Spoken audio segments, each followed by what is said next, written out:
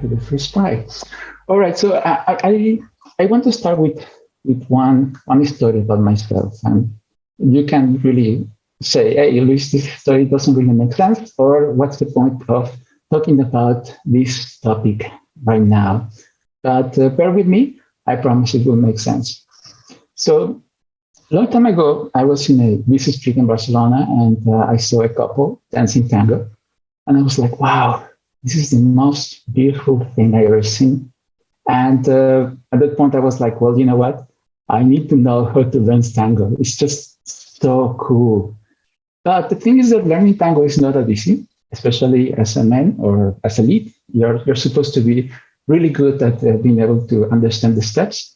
And the thing is that tango normally is introduced to most of the people like this. You have a couple of steps that are considered the basic, and the basic is just a simple way to do 4, 5, 6, 7, 8 steps. And from there, you most likely will be able to integrate other steps or being able to extrapolate some of the ideas so you can keep on dancing. But if you're supposed to dance 8 steps, that's supposed to be just good enough to start.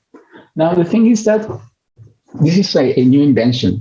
Before tango wasn't really taught. It was the kind of thing that people used to experience as part of their culture. It's obviously coming from Argentina and Mexican, so I didn't experience that. And the thing is that for a really long time, tango had been banned because during the dictatorship in Argentina, people couldn't get together, or it was considered as a bit of a vulgar dance. It wasn't stylish, it wasn't elegant. It was more like today's reggaeton was more like that. So people that learned how to dance tango were not the kind of people that would pay an academy to go there to have an instructor to dance. No, it was just like people got together, dance, and somehow what they learned dancing was tango. So you can see we have 2 approaches. We have the approach that was either taught by culture or was natural to people, or the approach that maybe a more specialized people try to synthesize and try to put together as a way to teach it. Now, as I said, things start simple. This is the method denso. But later on, you can see that you can start having more steps, So you have your sacadas, picadas, ganchos, colgadas, so on. And really, it doesn't matter you don't really need to know too much about what these words mean. What I want you to look at is how something simple that was one step from 1 to 8 can get very complicated, and then can get extremely, stupidly complicated. And trust me, I don't know how many people can read this, but if you have a master degree in tango, most likely you will be able to understand every single part of it. Now, the problem is that once you start dancing, you're not thinking in which step you're doing. You're not like 1.8 or 1.82 or 1.3. It's just not the kind of thing that you will tell your partner, like, okay, we're going to do 1.3, 1.7, and then 7.8, and then 7.4, okay? It's not like a football, right? It's not that kind of a sport. And the thing is that once we start looking at the steps, we might be losing the real point of what's important, At the end of the day, people dance because we want to get a great experience out of it. What are not really important is how good we are at implementing steps. What is really important is focusing on the connections. So in this case of tango, I need to connect with my partner, and my partner needs to connect with me. And we need to find a way to dance together. If we don't dance together, it doesn't matter how well we manage the steps, we're not going to do very well, Now, the thing is that it's similarly done in design thinking. Sometimes we focus too much about the steps. We are trying to figure out which step am I? But at the same time, if you don't connect with your problems, with the business value, with your dev team, with your product owner, with your BA, with your stakeholders, well, you're just implementing steps, right? But nobody's dancing with you. So what I want you to think of is about which steps normally we are focusing, and also trying to understand one step in specific. And for example, we have the representation of design thinking based on the Stanford School of Design. And this is very popular because in a way it was also popularized by IDEO.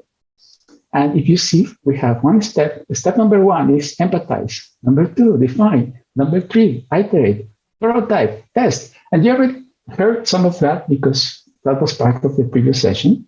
But I think it's really important to go back and to try to understand that, yes, there are steps, but we still need to think about the connection. Now, 1 second, I'm drinking some water. We have to understand that every mental model that we have here, or every way that we have organized design thinking, is also a representation that we agreed on. What happens is, similarly as what people were doing when they were just learning how to dance tango and they were in the dance floor and there was not a single instructor, trying to synthesize or create a ruling organism about how design or tango needs to happen. Well, for a really, really long time, design happened, but nobody really had a very clear, specific approach. And still, we don't really have it too much. Now, let me explain what do I mean by that. Design thinking, as a matter of fact, is a social contract. At some point, Mr. Kelly decided that he's going to talk about design thinking, and he's going to have these particular steps. And if you think about it, empathize, define, iterate, prototype, test was something that was very fitting for physical objects. And was very fitting for the decade that he was talking to, around the 90s. Okay, so let's say design thinking is not exactly how designers think. It's not exactly a description of what happens in our heads. It's just a basic mental model that we have created and we have understood as a social contract that explains how we could be creating a good end-to-end set of actions that could drive us to a proper design result. So the thing is that at the same time, they are not the only model. For example, IBM created the loop, and the loop has a similar set of actions, so you have observe, reflect, and make. Now, for example, if I ask you, hey, in this process, where empathy happens, what is the first step? It happens during the observe, it happens during reflect. What about make? Now, where do you think actually they have instructed or they have embedded the research part of it, the part that we normally have to learn everything about the user, at least based on the previous model?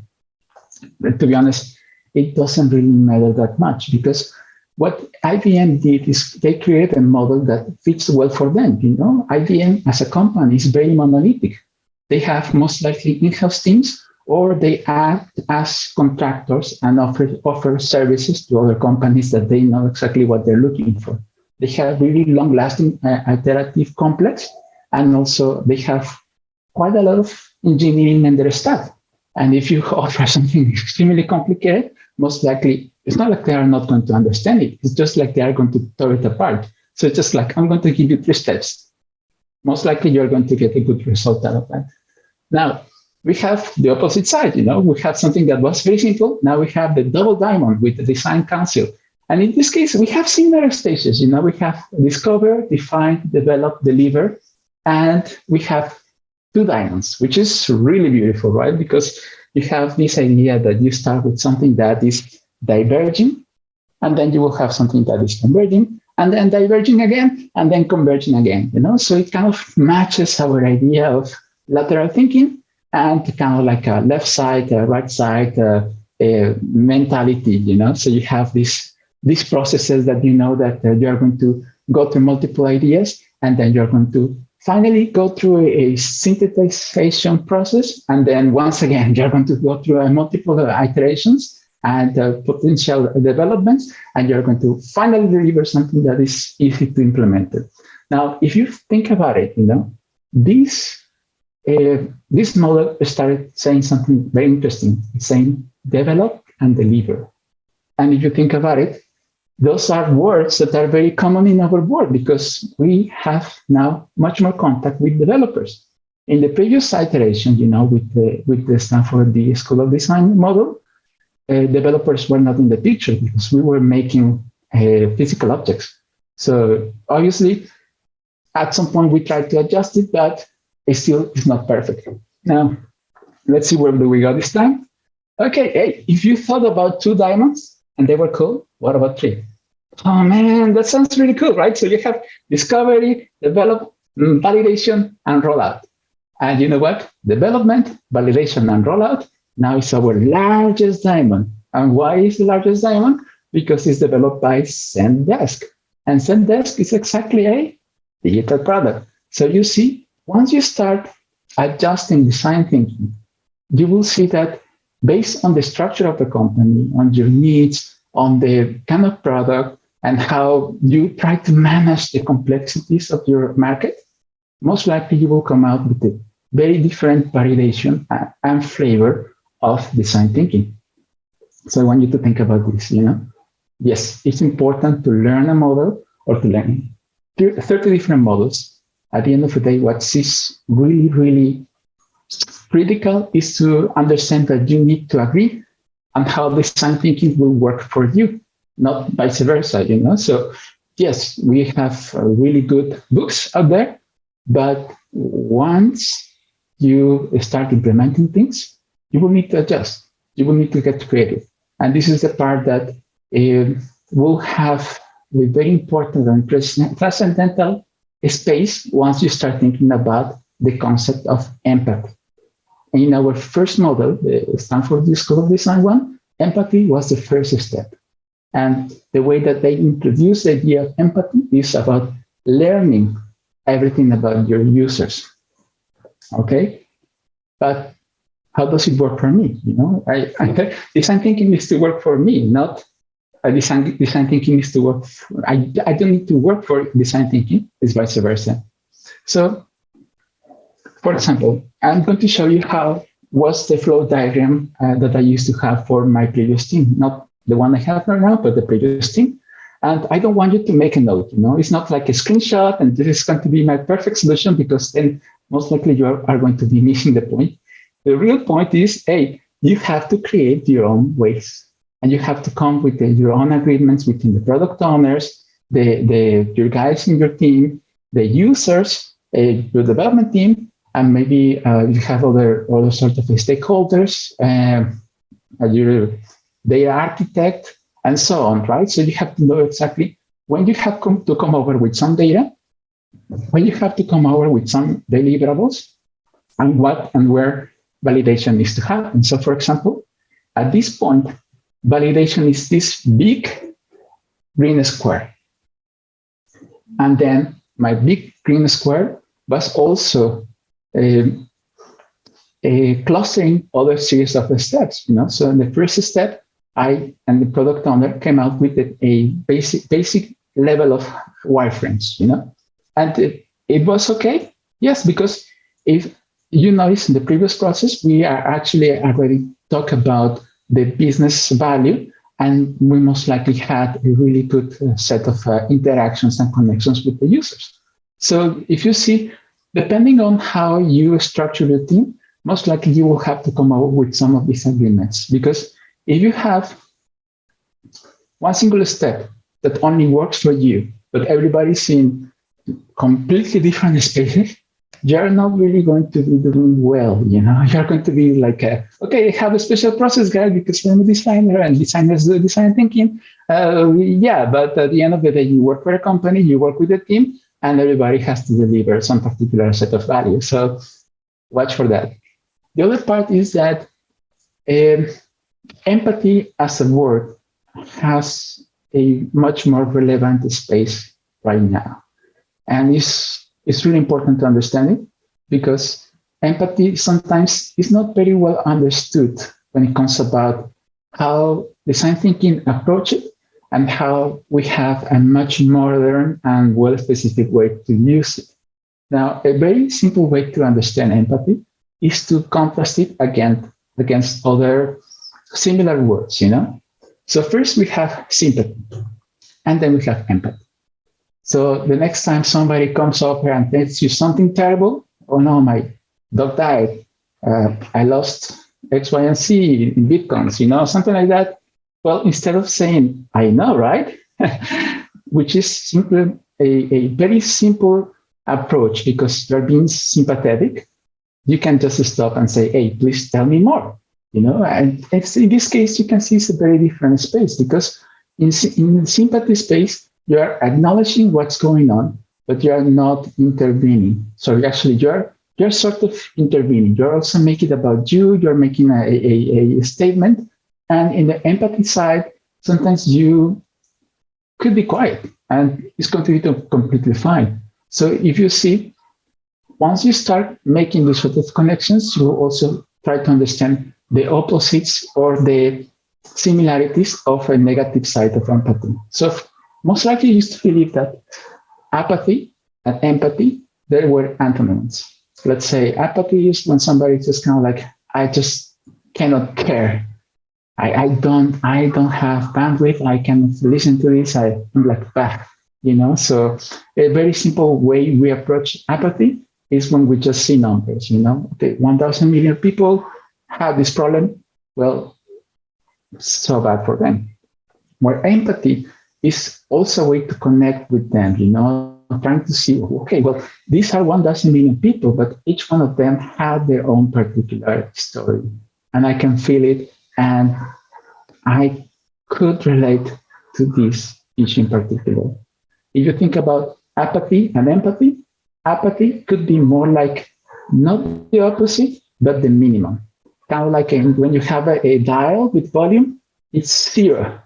Volume is to the point where you can just barely see. Apathy is actually turning that or ramp it up to 11. And this is one important one, shame. And shame actually is the opposite of empathy because shame is it still implies a connection. It's a connection between individuals, but the mechanisms that keep them together have been corrupted. And we experience shame whenever we are doing something wrong or somebody points out that we have a mistake. And it's very common in classrooms. And yeah, it's part of education sometimes. But the thing is that shame is a way to turn out the empathy side of us into something very negative. And the thing is that it's not a really good mechanism to bring people into compliance. So, for example, if you are working with a developer that doesn't really care about the design side of things, is more apathic, the worst thing that you can do is try to shame him or her that, well, hey, you don't care about the user, you know, but the user doesn't care about the database, so you can just blah, blah, blah, blah, blah, blah, blah, right? You're shaming the person. And the thing is that if before they were apathic, now they're ashamed. And the connection exists, but it's a connection that most likely is not going to recover, you know, so you have to actually go back to the apathy and then empathy. So watch out for that, you know.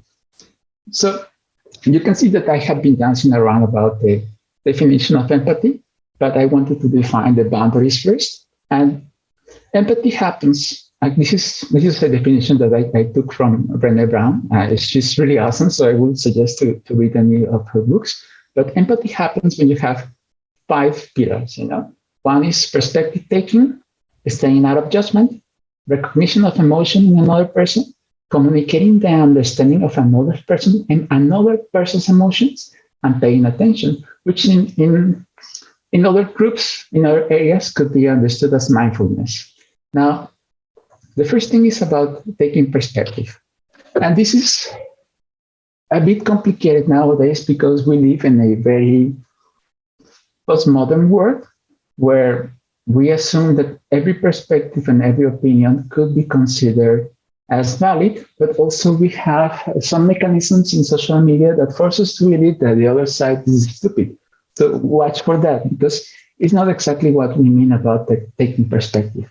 Taking perspective is about trying to see the other person's conditions, the other person's context. You don't really need to see their perspective, you can see where they are coming from. And this is, let's say, if somebody says the earth is flat, well, it's not like you have to empathize, and believe in the same things that that person believes to completely agree. But you can try to see what are the mechanisms or what was the history behind that person or the cultural aspects that could drive that person to that particular explanation. And this is nowadays super important because, once again, whenever we're trying to deal with somebody using shame, most likely we're going to get an escalation of problems, negativity, and so on. I'm going to continue with one particular example. And now, this is an example that happened too long ago. Just before I go on, let me get some water. So I guess some of you have heard about the Stanford Marshmallow experiment. And this is all about delayed gratification. And well, this was developed in 1972.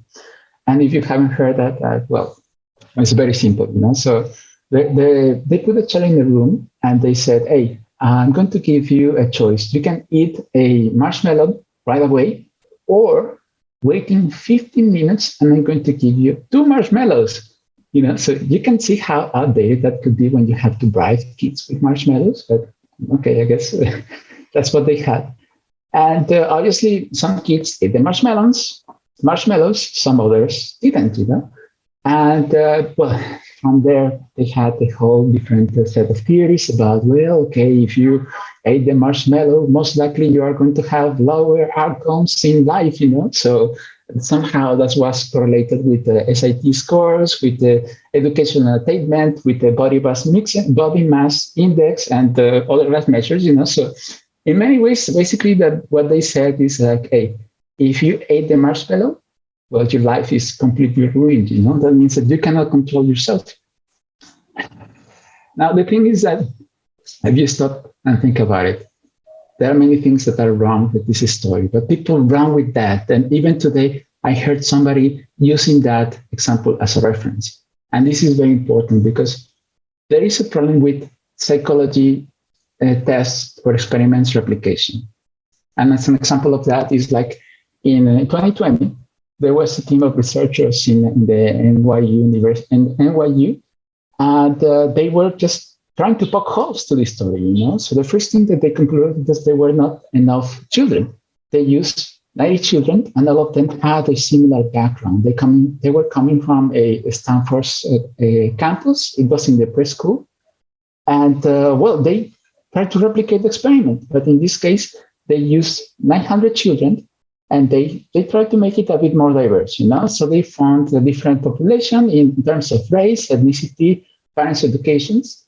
And also they were analyzing other control groups, more like factors related to childhood, well, basically the household income in that family. And also, let's say socioeconomics that could influence maybe some other topics that are not exactly about delaying gratification. But what they found out is that actually there was no meaningful representation. So the only way that you could really correlate people eating or kids eating the marshmallow is, well, because if you experience food uncertainty, you're going to eat the marshmallow. You cannot wait 50 minutes, So if you live in a household where there is not a real good idea of what is going to happen tomorrow in food terms, economical terms, in security, well, then you don't plan for later. Now, why I'm telling you this, And the thing is that let's go back to our definition of empathy. One is perspective taking. The other one is staying out of judgment, recognizing the emotion in the other person, communicating the understanding of other person's emotions, paying attention. And then once you create a sort of empathy to what you're doing, well, then do the research. But if you think about it, just to tell you this story, we had put 990 kids into trauma, trying to figure out if they eat a marshmallow or not. And all of that was for nothing.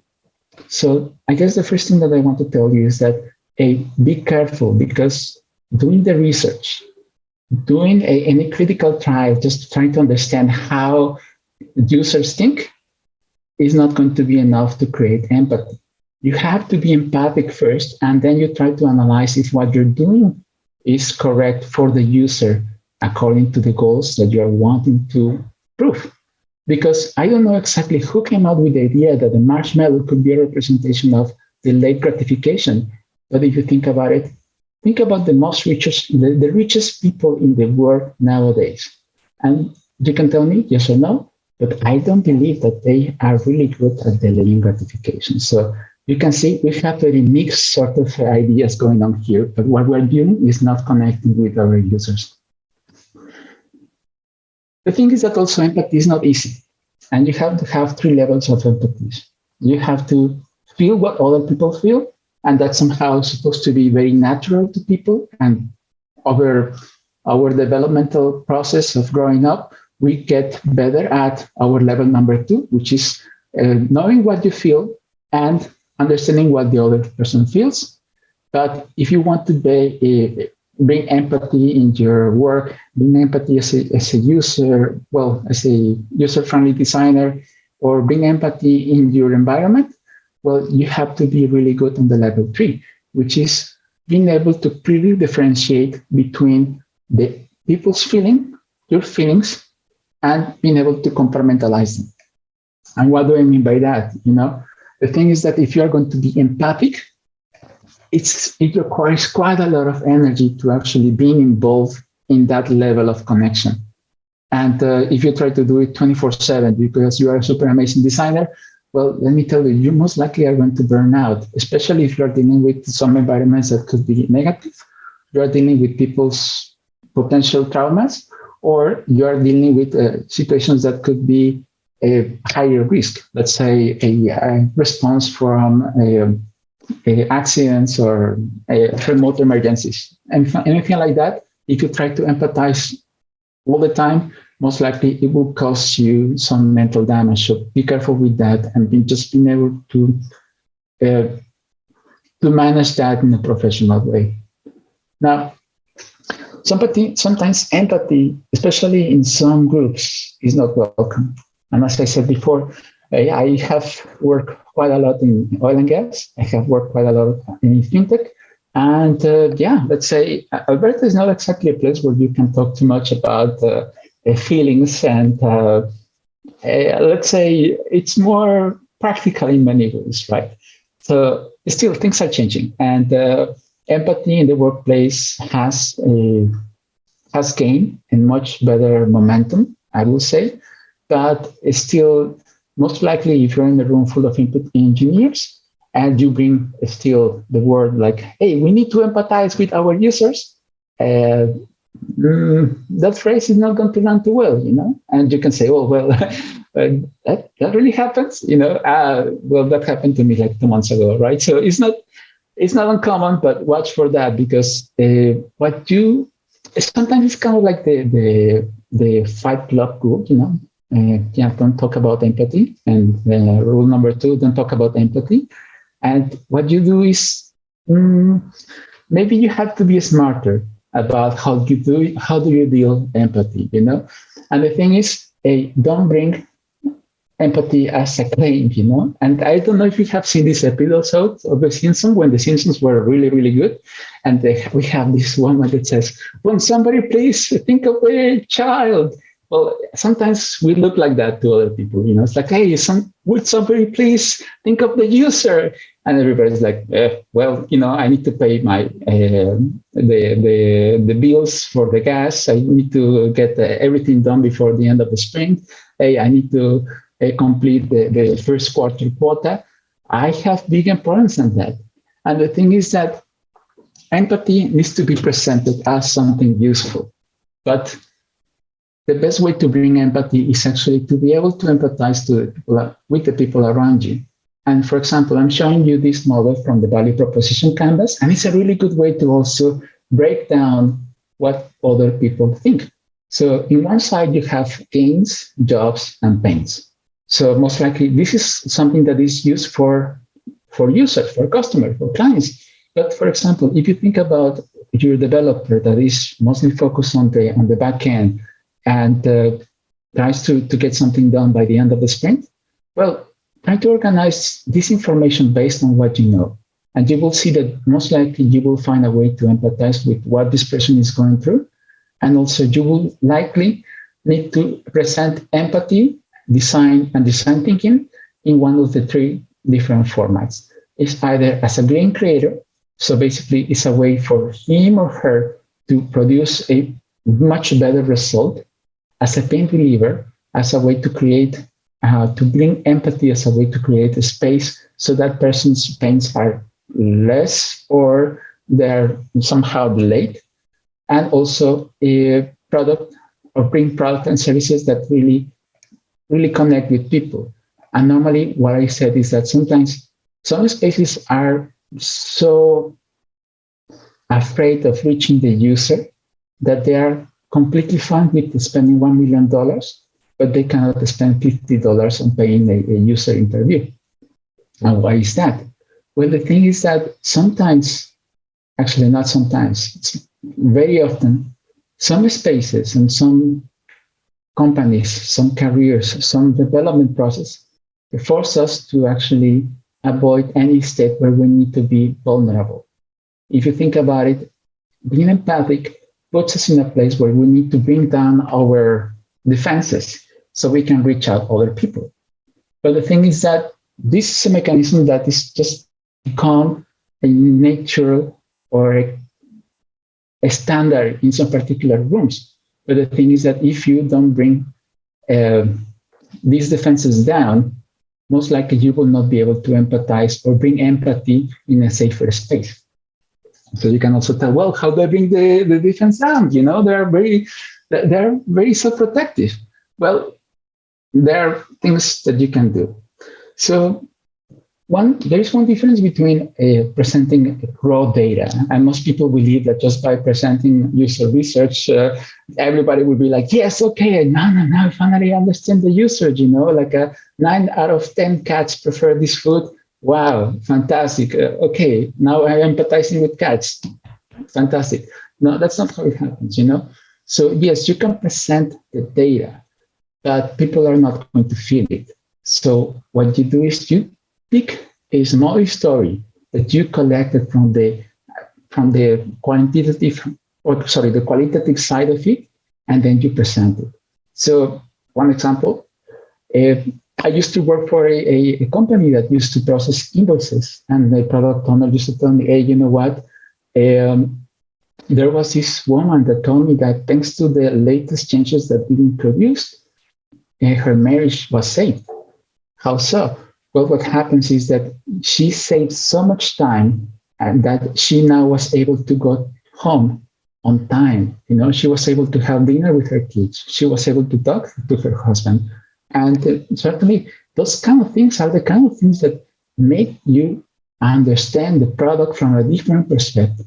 You are saving that person's emotional life and maybe 10 years of her life experience, thanks to a set of features that somehow were well implemented. So you see, storytelling is very powerful. But the best thing about the storytelling is that storytelling most of the time comes easily. And then you can start molding the conversation towards empathy. The other part that I wanted to know is that, hey, there are processes about that. You know, sometimes you are the only designer in the room, the only designer in the company, and you're overwhelmed because you're like, hey, I need to implement design thinking. And I'm a designer, and if I don't empathize and it's not the first step, then design is not going to happen. Yes and no, you know, as I said, it's a group process, but there are processes or there are ways so you can influence and you can modify the behavior around people. So I'm not going to talk too much about this model, but you can use Kotler's model for change management. So the first one is creating, and the first step is creating a sense of urgency. You know, why you need to do this and why this has to happen right away. The second one is the one that I think is more important when it comes about working with an organization. And this is about building a guiding coalition.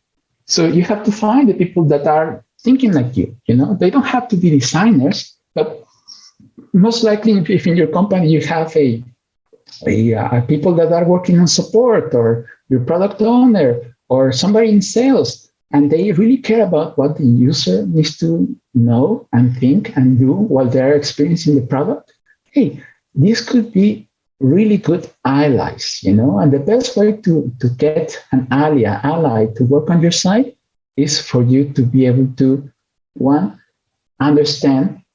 Let's go back to the value proposition canvas model to understand what that person needs.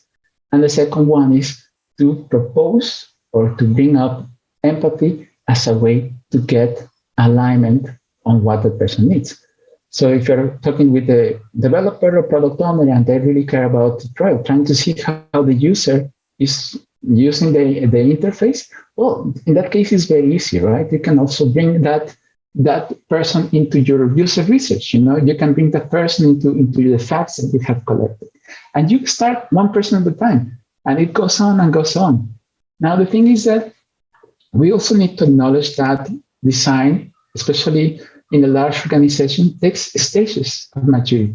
And this is a model based on the normal Nissan model, and there are multiple models, so I'm not really going to go through the different steps, but I just want you to know that if you go from step number 1 to step number 6, you could be spending between 6 to 10 years, depending on how much investment they have put on design. So, hey, there is time. Obviously, we need to rush, but you cannot change a whole company, your own, just by the next day because you have to deliver a project, So you can decide if you want to stay in that company, but I will say if you want to stay, hey, just know that it doesn't happen right away. The other part is we still also need to establish a sense of urgency as a whole profession. And the thing is that, as I said before, we have still some ideas that are not empathizing with people. One example of that is that, the Marshmallow experiment was used quite a lot to exemplify how people were poor because they didn't have self-control, when actually some people are poor because actually they were poor before. So it's a really good way to actually justify income inequality. And obviously, that idea has been around for 30 years. So maybe it's a really good time to stop it. But the thing is that once you start implementing other mechanisms for making decisions, those mechanisms have to come for empathy. And the thing is that once we are implementing artificial intelligence as a system that can make 1 million decisions in a fraction of a second, you have to know that if you are not accounting for the things that makes us human, let's say like a concept of time, a meaning, potential biases, concept of honor, respect, integrity, self, truth, most of them are going to be really hard to be introduced into the software. And most likely they are going to generate the same kind of disruptions that we have seen nowadays thanks to Facebook. Now, the thing is that it's not easy to present or introduce those concepts to a machine. So the good thing is that we still have people developing those technologies. And most likely, we are the people that are developing that technology. So I totally trust that we have a great impact in the future if our systems are becoming more empathic. Now, if you're a junior designer, and this is the first I have to tell you, don't be too hard on yourself. Talking about empathy and design is not easy. And I'm just going to give you one last example. A long time ago, I was having this fight with the developer, and he was a very smart guy. But sometimes we bumped heads, We were just very passionate about what we do, what we think, and our opinions. And things were very heated. And at some point, I just kind of yelled at him and just said, well, that is not how design works. And then he came out with a perfect answer. He took a piece of paper and put it in front of me and put a pen on my head. It's like, okay, tell me how it works. And I just was shocked. I was like, okay, so what do you explain here? Do I go for the Stanford School of Design, or do I go for a double diamond, or I go for value proposition canvas? What do I explain? And it's like, you know what? that's not how design works. And I just went running to my cubicle. And the thing is that if you're in the middle of a discussion, most likely it's not the best time to talk about methodology, right? And the thing is that we used to believe, or we have to believe, that if you know something, if you are really an expert on your topic, you most likely will be able to explain everything on a napkin. But when it comes about design, things are not that simple. So I would say take your time, be prepared, and also be ready to have those discussions. But you have to be really good at understanding that takes time. You cannot really explain everything. And even if I wanted to, I have talking about design thinking about just one tiny step, about a fraction of a tiny step, and still it took me half hour. So don't worry if you cannot explain it all. And just so like 6-7 years later, this developer turned into UX designer. And I was like, okay, now I haven't seen him, but I just want to put a piece of paper in front of him. It's like, okay, tell me how design works. So overall, I just want to say thank you for being here. And if there's an idea that I want you to stick around, is to think like design thinking is like tango. People say takes two to tango, but it really takes a whole community. And you have to set up the space, you have to select the venue, you have to play the right music, you have to define the rules of engagement, what is good, what is not good to do there. And you have to learn and teach each other. And above all, just have fun and try to connect. Hey everyone, on behalf of IterateUX, we would like to thank you so much for watching this week's event. If you like the content, please leave a like and subscribe. We'll have events every Thursday at 5:30 Pacific Time. Join our Discord in the description to find out more.